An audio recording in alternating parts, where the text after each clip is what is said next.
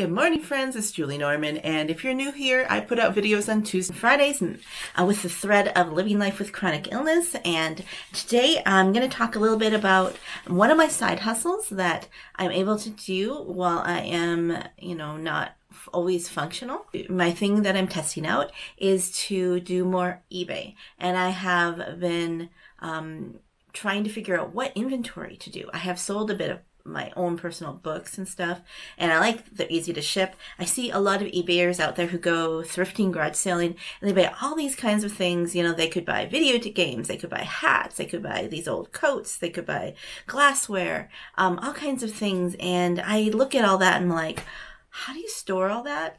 And then how do you ship it? Figure out, you have to change so much up if you're going to ship a hat, and then you're going to ship like a glass vase, and then next thing that you sold a book. So you have to have all of those shipping supplies and the ability to pack it well. So I was thinking, what I could continue to do books. I do like books. I like to buy them and not always read them. So why not? One of the things that I really enjoy is ephemera, paper things like, postcards, letters, all those journals and stuff, because my channel used to be mainly about planning and the journaling and junk journaling and stuff. So I started to go down the rabbit trail of postcards. Now, postcards are not something you can live off of, but if you supplement it with other things, I think, you could do a good business. And I have actually sourced some packages here from eBay. I know, but the thing is that part of the postcards things is that I'm going to sell them in my booth.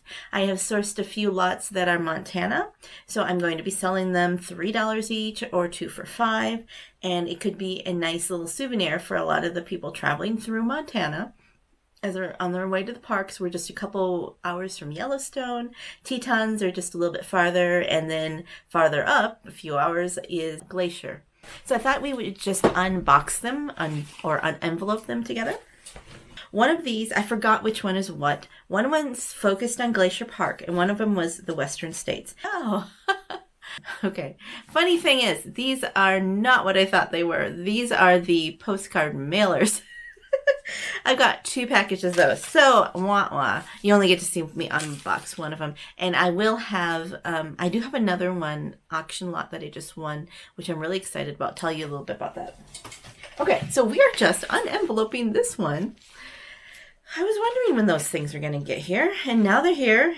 So here we have our packet of postcards. First I have, so there's this many, and there's Meterville. This one, it's not posted, it's very old. And we've got Chief Mountain from Glacier. So the thing about postcards is that they are small. So, I've been struggling with space. You can have, how many are here? Maybe 20, 30, I don't know. I'd have to look at the listing. But then you have a lot of inventory in a small space, and it is really easy to mail. Bears. Bitterroot Valley. I love that area. It's so pretty. I have to go back there. So that is one of the beauties of the postcards, is they don't take a lot of room, and they are still collectible. Oh, and I love when they have writing on the back. It doesn't seem to make a huge difference to postcard collectors, but it helps because it gives you a date of when this was sent. This was sent in, I think it's, if you can read the postmark, I think it's 1965 from Banff, Alberta. So that's interesting. So they must have gone to Glacier and then up to Banff and posted the postcard there.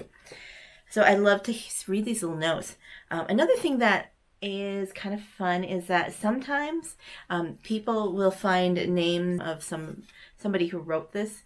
I know that my parents actually honeymoon in Yellowstone. I have the pictures from that, and I'm sure they probably wrote some postcards home because they both had parents living. It's the real photo postcard, and it even says in the back that it's a photo postcard, and that's Butte by night. It's cool. And I'd love to, if I could find those, but that's like a big needle in the haystack. and typical Montana, fine herds of cattle. I got these for less than 25 cents each, including shipping. This is, what is this? One of the first Masonic buildings. So here if you buy a bundle and you get them for like 25 cents each. And if I sell them in the booth at about $2.50 a postcard, that is a nice markup. It's not like a huge amount of money, but the profit margin is high and there's not a lot of space. So, by the way, I know this doesn't look that great, but this is a famous painter, Charles Russell. And people might, look past that, but he's very well known around here. And just a couple more. Another real photo postcard. It even says Kodak paper. It is from, it's in Butte. This would be kind of fun to do a before and after picture. If I could find that perspective and then take a picture of it now, how it looks now. And that'd be kind of cool too. So some people will do that. And this is looking north in Butte. Butte is kind of getting a revival. With all the people moving to Montana, Butte used to be the most populated county where it is Silver County in the Montana, and now Billings is.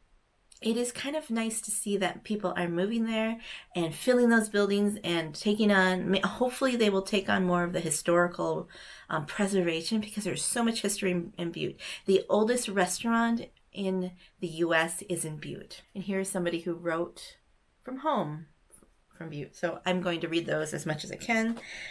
Sometimes the writing is hard to read because I wrote in pencil. Here is Virginia City. I don't know if I want to visit Virginia City. It's one of the places we haven't gone to. St. Mary and Glacier. And another real photo postcard. And this is in Waterston Park. And that. So those are the ones. And I have some really nice ones in here. So yeah, I think that when I purchased that lot at Auction of Letters, it triggered me to go back and think about paper ephemera. And now I'm doing these postcards. And then I found a lot of photos at an estate sale. So So guys, I'm coming back to paper because, I had not been doing paper planning. So I'm not so much doing the planning, but I still have that love of paper. And I'm thinking I might do some junk journals again because I'm on my last one. So I might make some more and maybe sell those as well, because then I can use up some of the paper stuff that it's not really valued. It's really, I just love those stories. I love the history and I love genealogy, even though I look nothing like my adopted family. So that history, the vintage, the paper, guys, I am coming back to paper in a different way than it was. So yeah, I know some of you have been patient and waiting to see what would happen. Am I going to come back to planners? Probably sometime. But right now I'm just circling around, figuring out where I'm going to go. I'm going to do antique booth. I'm going to do eBay. I'm going to do thrifting. I'm going to do, an auction. I found paper. So you never know what's going to happen. Maybe I should call this the unexpected, somebody chronically unexpected. I don't know. I've been toying around with names, High Plains Thrifter, but then I'd have to do all thrifting. I thought about the pace of the pen. Then I could do writing and, planning and other stuff. And I don't know, guys. So I'm always thinking, but right now it's just Julie Norman because that's who I am. So I hope that was interesting for you. And if anybody collects postcards, let me know. I think these are fascinating little pieces of history because they are little pieces of art. They are little snippets of the past of what things used to look like. They can be collectible, or you can use these in our junk journals. They can still, like these, can still be used today as a postcard. Imagine getting one of these in the mail and saying, hey, greetings from Glacier Park, and it was published in the 50s, 60s, whatever. So they're just fun. I think they're fun. Maybe you think I'm weird, or maybe you think they're fun too, whatever. But that is one of the things that I am testing out. So I will try to make a video after I figure out if this is actually a thing or not for me. I do like the thought of it being easy to store, easy to ship. That is the update, and hope you enjoyed this, and stay tuned for the big unboxing of the 250 postcard lot, and I hope you have a joyful day. Goodbye. Who's the boy? Who's my boy? Are you my boy? Are you the cutest dog in the world? I think so. I think so. What do you think? Yeah, cutest dog in the world award goes to you. I think so. Yeah, you're my best boy.